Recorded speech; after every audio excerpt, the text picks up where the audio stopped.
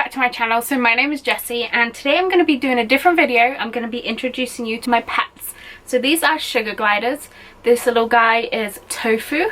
He's one of my new babies. He's about 5.5 weeks old right now. Now for the camera. Hey buddy. Oh, good little jump. So he is probably one of the most adventurous babies I've had. Usually at around this age, they are walking all over me and kind of starting to explore. But this little dude loves jumping. Come on, go show the camera. Come on, baby. No, he's gun shy. Oh. Yay, good boy. He is so adventurous and active. Like, I've never had one that is that courageous at this age. So if you're interested in learning more about sugar gliders, keep watching.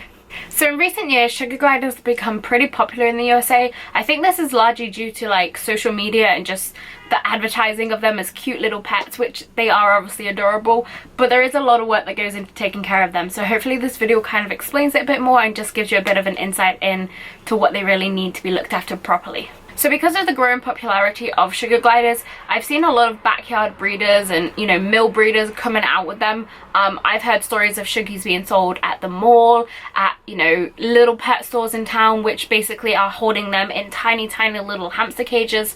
I'm going to go more into that in a moment about why a hamster cage is not suitable for a sugar glider. And because of this popularity spike, I feel like a lot of people are now buying sugar gliders as an impulse. So because of this impulse buying of sugar gliders, it means that a lot of suggies are ending up in homes where they're not, you know, leading the best lives. Let's say either the people don't know how to care for them properly, they're on their own, and they are a lonely sugar glider, and I'm going to get more into that, why that is a problem, in a moment. And then more often than not, these people end up giving up the suggies once they realize that it's either too much work or too much money, or, you know, maybe they're just not as cute and cuddly as they expected. So if you are thinking about getting sugar gliders, please do your research first. You know, really spend a few months figuring this out and trying to decide if it's actually right for you. There are plenty of pets out there, but sugar gliders do require specialist care, and, you know, it's a very different pet to your typical cat and dog. So just make sure you research and just make sure you really put a lot of thought into this before going and buying one. Please do not buy one as an impulse at the mall or any backyard breeder. It's just not fair to the sugar gliders. Okay, so the first thing I want to talk to you guys about is the fact that sugar gliders are colony animals. Now this means that you cannot keep one alone. They are recommended to be in at least a pair, if not a trio, however many you can handle, but definitely a pair at minimum. So sugar gliders are nocturnal, and that means they are awake at night, and if you're not able to spend time with them in the evening and at night, then they're probably not the best pets for you. But this also means that no matter how much time you can spend with them, it's never going to replace the benefit of having another sugar glider as their companion. So that is why it's so important to have at least a pair.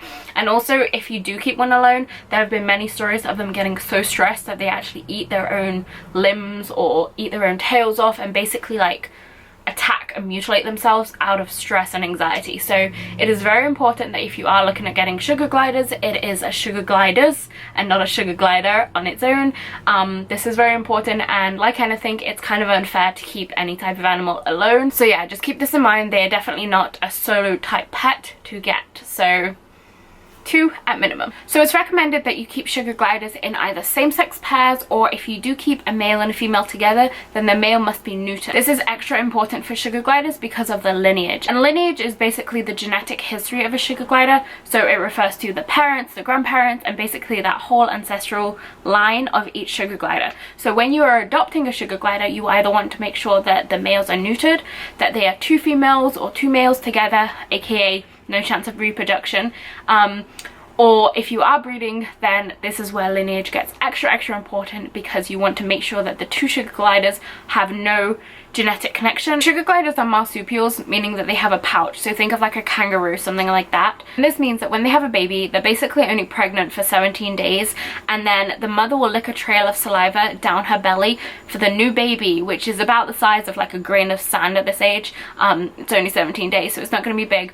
The baby will basically kind of squiggle down the saliva into the pouch, where it will attach to the mother's nipple, and that's where they'll grow inside the pouch until they are ready to leave the mother. So sugar gliders will typically have 1 1, 2 or 3 babies at a time. So I have one breeding pair of sugar gliders, and every pregnancy that they've had, they've always given me twins. And so this seems to be the most popular outcome of the pregnancy, but obviously it's kind of like a human. 1, 2, 3 is pretty rare, but it does happen occasionally. So my main male sugar glider, Spicy, is a standard grey colour, and my main female, Sugar, is a mosaic. So she has a much lighter overall colour to her. There are also ringtails, lutistics, which are all white, albinos, which are white with red eyes, like very bright piercing red eyes. There are pied mosaics, there are black beauties, there are so many different types of colorings. Typically with suggies, the standard greys will be the cheapest to buy, and then the different colorings all get a little bit more expensive depending on how rare that color is. Okay, so let's talk about caging. Sugar gliders are not going to be okay in a small hamster-sized cage. You need quite a large and very tall cage for your sugar gliders, and this is because they love to jump around and glide, as in the name sugar gliders. They really do love to glide from higher heights down below and back and forth. So you can't be putting them in a smaller cage that's like, you know, a long rectangle cage. They really do need that height to play and be them natural selves. So next you're going to want a few different types of pouches in your cage, and this is basically where they kind of nest and sleep.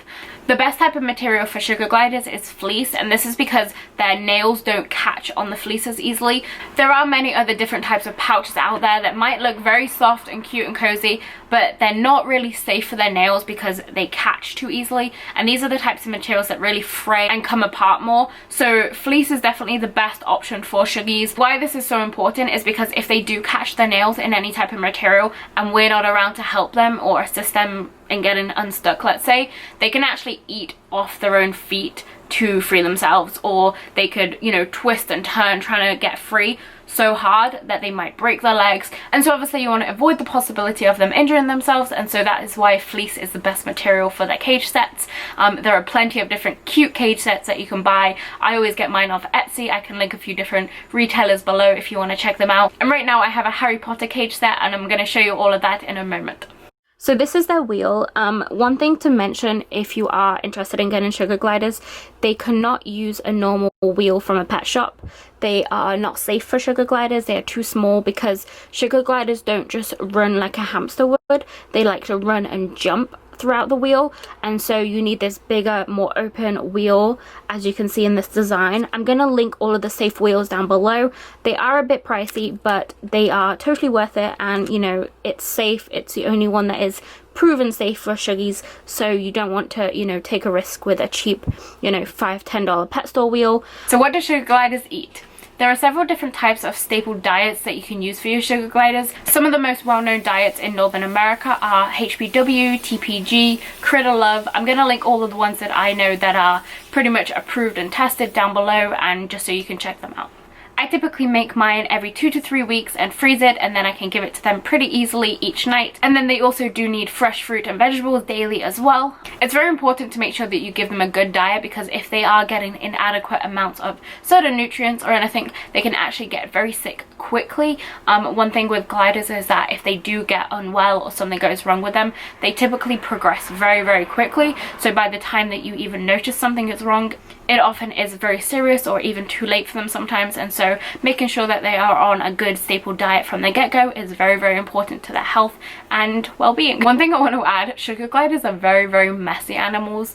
They can smell very bad as well. It definitely depends on the diet that you feed them, and obviously how well and how frequently you clean their cage and all of their pouches and stuff, but they can be pretty stanky. And also in terms of being messy, what they do, they'll eat some food and then they'll throw the rest of the food out of the cage, and they also do this with their poop. So you'll literally see little pieces of poop stuck to the wall. I learned this the hard way, and now I actually have pieces of cardboard on the wall side of my cage so that if they're throwing poop or food or anything, it hits the cardboard and not my wall. So yeah, if you are getting sugar gliders, please be aware of that. Prepare and protect your wall somehow, and just be aware that they're not the cleanest animals. So this is a crabbing sugar glider. This is basically what happens when they're like angry or stressed. They have lots of interesting noises. They also have something called a bark. I'll try and include a little clip of their bark. It literally sounds like maybe like a small chihuahua barking from the next room. but they will bark in the middle of the night if they want my attention. So yeah, it's adorable. The bark is adorable, not the crabbing. So sugar gliders bond to their owners based on their smell and then also their voice. So when I first got my pair of suggies, I would wear them around my neck in something called a bonding pouch during the day. And so obviously during the day they're sleeping because they are nocturnal and up at night. And basically it was just a way to get them used to my smell and then my voice, you know, just, I would basically be just doing my normal day-to-day things, you know, cleaning the house, do my schoolwork, you know, whatever it was. So now, a few years later, they are pretty bonded to me, I would say. My female Sugar is a lot more bonded to me than the male Spicy. Spicy is very trusting of me, but he doesn't really come to me and want to play and hang out on me as much as Sugar does. But Sugar, the female, will jump to me as soon as I open the cage. She'll sit on my shoulder and she'll be so content just kind of hanging out on me all day, as opposed to Spicy. He'll be like jump to me, jump away. Like, he's just more active and kind of adventurous, so he doesn't really sit still and like cuddle and hang out with you. But my female definitely does do that more. So it definitely depends on the glider. Like, obviously, like any animal, like any person, each glider is different. They're not going to have the same personality, but it definitely is possible to bond with your gliders. It just takes a lot of work and time to basically earn their trust and get them so comfortable with you that you are able to play with them freely like that. So when I first got my pair, Sugar and Spicy, they were 5 months old and 7 months old, and so they weren't old, but they definitely weren't like babies anymore. But they definitely did still bond to me. Like I said, they've both bonded in slightly different ways, but they have bonded nonetheless. But I will say that the babies, like the Joeys that they currently have, they bond to me so much more easily, just because they are familiar with me from a much younger age. So these are some cute little clips just to show you how well the babies have bonded to me, how comfortable they are. These are anywhere between like a few days out of pouch to 5-6 weeks out of pouch. Okay, so they have both snuggled under my sleeve and fallen asleep. Okay guys, that's it for this video. Hopefully you've enjoyed this, getting to know my sugar gliders and learning some more about these animals. Not many people know about sugar gliders, so hopefully this has taught you a thing or two. And yeah, if there's anything that you want to know, feel free to comment down below and I'll get back to you when I can. And I'm sure I'll be making some more cute videos about my babies in the future. So yeah, thank you so much for watching and I'll see you in the next video. Bye!